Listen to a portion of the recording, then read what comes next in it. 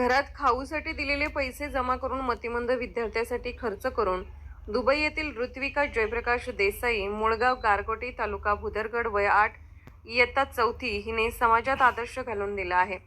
वाढदिवसासाठी वायफळ खर्च न करता भुदरगड तालुक्यातील कूर येथील न्यू महाराष्ट्र शिक्षण संस्था, टिकेवाडी, तालुका भुदरगड संचलित जीवन शिक्षण मतिमंद विद्यालय, कूर, तालुका भुदरगड, जिल्हा कोल्हापूर येथे तिने आपल्या आईसोबत थेट दुबईहून मतिमंद मुलासोबत आपला 8वा वाढदिवस साजरा केला.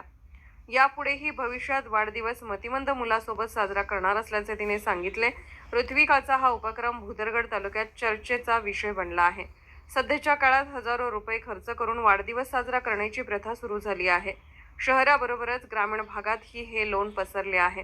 मात्र मूळ गारगोटी व सध्या दुबई येथे स्थायिक असलेल्या ऋत्विका हिने आपला 8वा वाढदिवस खाऊसाठी दिलेले पैसे गरजू विद्यार्थ्यांसाठी खर्च करून नवा पायंडा घातला आहे. मतिमंद विद्यार्थ्यांसोबत वाढदिवस साजरा करण्याच्या अनोख्या पद्धतीचे कौतुक मतिमंद विद्यालयाच्या शिक्षक वृंदांकडून करण्यात आले. ऋत्विकाने या विद्यालयाला जवळजवळ 6 महिने पुरेल असा 20,000 रुपयांचा शिधा दिला. यावेळी राष्ट्रवादी काँग्रेस पक्षाचे नेते रामराव इंगळे, शिक्षिका Dubai Jayprakash Ashokrao Desai, production manager dairy Mumbai, प्राध्यापक रुपाली रामराव इंगळे सरकार, प्रथमेश रामराव इंगळे सरकार, अश्विनी देसाई, कल्पना देसाई, प्रगती नलवडे आदी उपस्थित होते. कोल्हापूरहून दर्पण न्यूजसाठी अनिल पाटील. आमच्या प्रतिष्ठानच्या कार्यक्रमानिमित्त माझ्या सहकार्यांच्या इथं माझं येणं झालं. या ठिकाणी आम्ही मॅट्रिक्स वाटपाचा कार्यक्रम केला. पण आज पुन्हा एकदा माझ्या या अपंग बांधवांच्या विद्यार्थ्यांच्या समेत येण्याचा योग आला.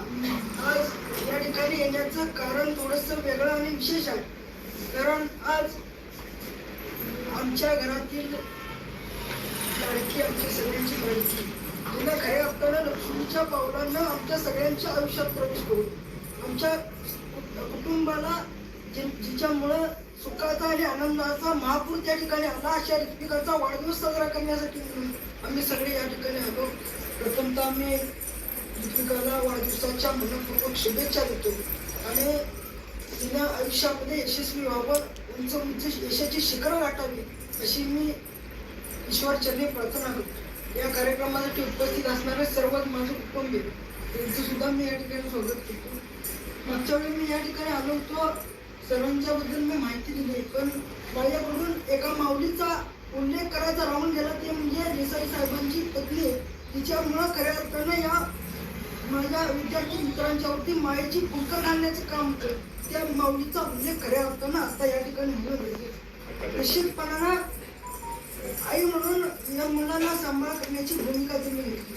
देसाई साहेब या ठिकाणी आपण काम करत असताना स्वतःचा विचार न करता या सगळ्या मुलांचं कुठेतरी संगोपन झालं पाहिजे, संरक्षण झालं पाहिजे. या दृष्टिकोनातून स्वतःच्या सुखाचा त्याग करून यांच्या सुखाचा विचार करण्याची भूमिका आपण घेतली. निश्चितपणाने याबद्दल मी तुमचा एक समाजाचा एक चांगला जवळ म्हणून आपला मी आभार व्यक्त करतो की तुमच्यासारख्या माणसांमुळं आमच्यासारख्या तरुण पिढीला एक आदर्श घालून देण्याची भूमिका या ठिकाणी आहे. निश्चितपणानं या ठिकाणी आमचं मामा असतील, मामी असतील, यांचे सुद्धा मी आभार मानू इच्छितो की समाजापुढे आपण एक वेगळा आदर्श ठेवला पाहिजे. समाजानं आपल्याकडून एक मेसेज चांगला घेतला पाहिजे. म्हणून कुठेतरी हजारो रुपये पावसाळ्यामध्ये खर्च करण्यापेक्षा या मुलांच्या चेहऱ्यावरती येणाऱ्या आनंदावरती आपण पैसे खर्च केले हे निश्चितपणानं कुठेतरी आपल्याला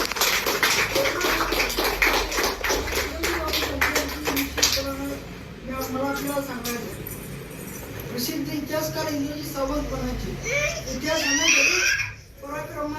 पराक्रमाचं मातृत्व पुरुषांना दिलं असलं तरी मात्र मातृत्वाचा पराक्रम हा निसर्गानं स्त्रियांना दिला आहे. कारण हे जे काम देसाई साहेबांच्या पत्नी करतायत ते सोपं नाही.